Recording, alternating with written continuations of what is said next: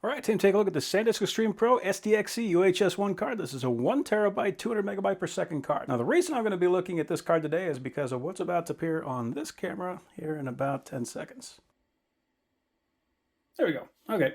Movie recording stopped. Reason it stopped is because this card is now full. This has a very nice UHS-II card in here. It's extremely fast, 300 megabytes per second, but it is only 128 gigabytes, which means that at the end of the day, I am running out of space. So this is also a Sandisk Extreme Pro, but the only difference is this is UHS-II. And you'll notice when we flip it over,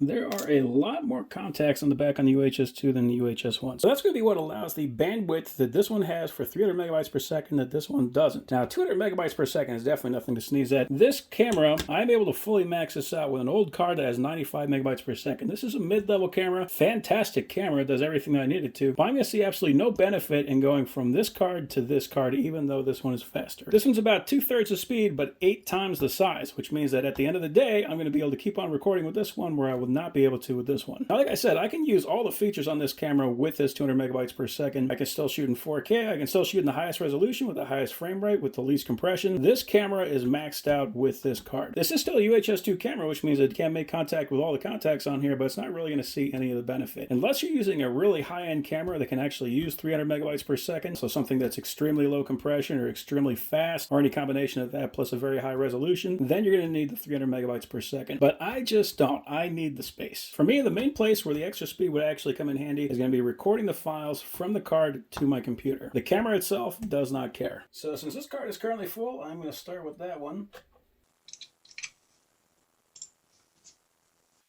So 117 gigabytes, and it is reading at 244 to 45 megabytes per second.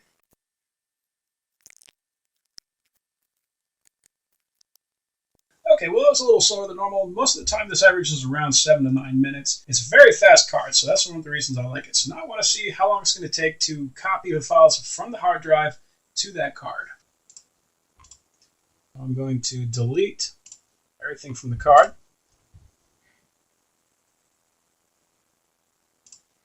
I'm not sure if it's going to let me do this, but let's just give it a shot. Okay. And we'll see how long that takes.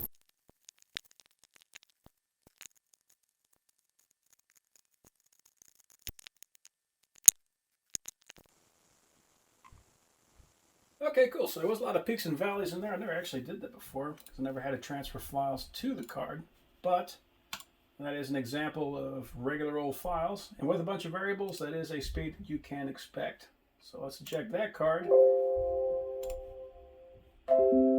And we'll insert the 1 terabyte UHS-I card. So let's see what the writing looks like on a 200 megabyte per second card.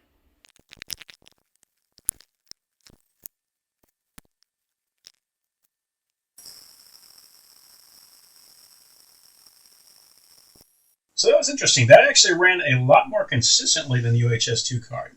I'm not really sure why that is. It's possible there's maybe some corrupt cells or something like that on there. I don't really think so because I haven't had any corrupt files. But that was interesting. So now I'm going to delete from the hard drive.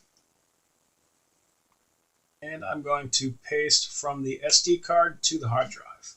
So yeah, it looks like we're running about 100 megabytes per second slower. Still not hitting that 200. We weren't hitting the 300 on the other card either. But there's a lot of variables in that, so let's just see how long it takes to dump that full 128 gigabytes worth of data.